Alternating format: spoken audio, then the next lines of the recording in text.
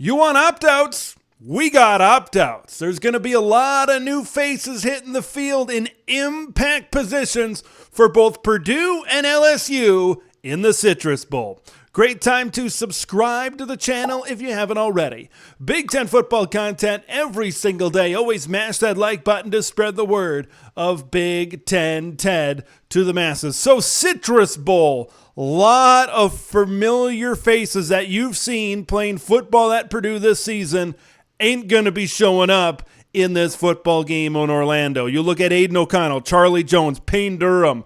That's been the big-time trio for Purdue offensively this season. You look on defense, Corey Trice, Jalen Graham just declared for the NFL draft. You look at Lawrence Johnson. Although he's not an opt-out, he technically is a transfer. Hit the transfer portal, going to be a loss on that defensive line. So Purdue is going to have a ton to replace. How do you replace it? What is Brian Brohm going to do on offense to try to spur together some yards and spur together some points against this LSU defense? Well, in the past, this Purdue offense was maybe focused on throwing the football down the field, getting it to the wide receivers, then that might happen.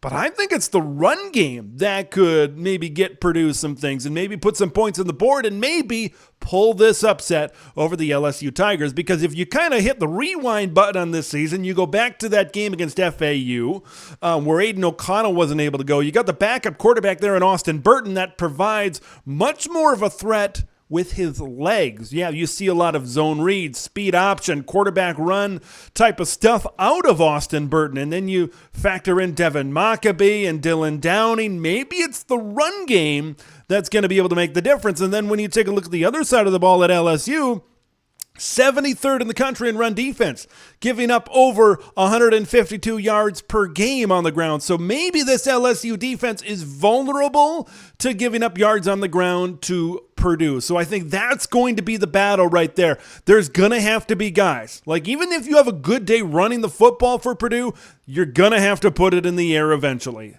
Okay, TJ Sheffield is going to have to step up. Andrew Sowinski is going to have to step up. Mershawn Rice, you kind of heard his name called throughout the season, but maybe it's time for these guys to step up and be big-time pass catchers in this offense. This seems like a Purdue offense that's going to try to run the football and then try to hit big plays deep down the field. We'll see if it can happen. You know, this is what we're kind of seeing now with these bowl games. You see a lot of these players, impact players during the season, not playing. It's a great audition for some guys. I'm curious if we're going to see Michael Alimo, the backup quarterback. We saw Brady Allen. There were a couple of 4-stars in that quarterback room.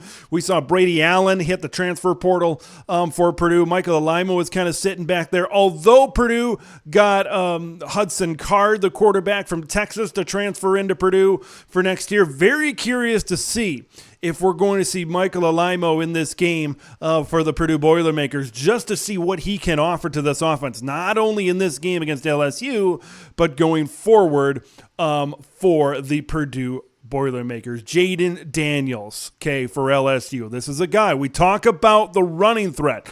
Jaden Daniels, one of the leading rushers on this team for LSU. This is a team, although this is a top 50 rushing offense in the country for LSU, it's a group of guys, including quarterback Jaden Daniels. He is going to have a big game. He is without 2 of his top 3 wide receivers. Keyshawn Boutte, you look at Jeray Jenkins, 404 yards and 6 touchdowns this season. He led the team in touchdown catches this season for LSU. So we know Jaden Daniels can get it done, but being without those 2 top targets is going to be a big loss. Who's going to step up? They're going to need a big game, LSU is, from Malik Neighbors. Okay, he's a guy that has stepped up. He's a guy that has been a big part of this LSU passing offense. And man, when I look Purdue's defense, it's going to be hard to slow down LSU. Like, even what they have even what they're losing in the passing game at some of these receivers. They have,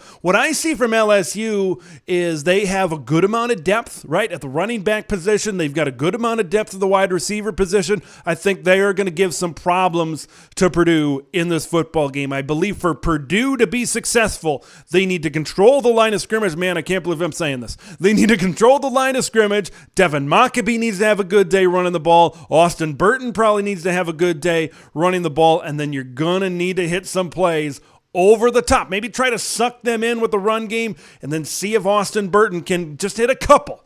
Just hit a couple of plays over the top, and you got to hope your defense gets a couple of stops. I mean, Purdue, they've just been losing guys throughout the season, whether it's injuries or other issues. And now, of course, with these opt-outs right now, it's not looking good for the Purdue Boilermakers, but I honestly believe that there is a recipe for success.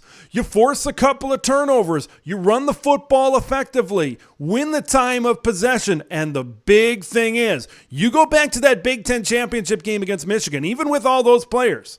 You go back to that game, they couldn't finish when they got inside the 40. They got inside the 35. A lot of settling for field goals. They need to learn from that, score touchdowns when you get into the red zone. That's going to be big. You settle for field goals against LSU, and they're going to come out on top. Need to score touchdowns when you get down to that part of the football field. I think this has the makings to be a fun football game. Despite all the players that are sitting out, this one could have a lot of intrigue. I'm intrigued about this football game, and I'm excited to see the future for Purdue, right? You got Ryan Walters coming in, you got transfers coming in, you got a lot of movement and a lot of transition at Purdue. I'm excited to see, of all these young guys, who can step up, who can prove that they deserve an impact spot on a Ryan Walters coach football team next season. What do you guys think?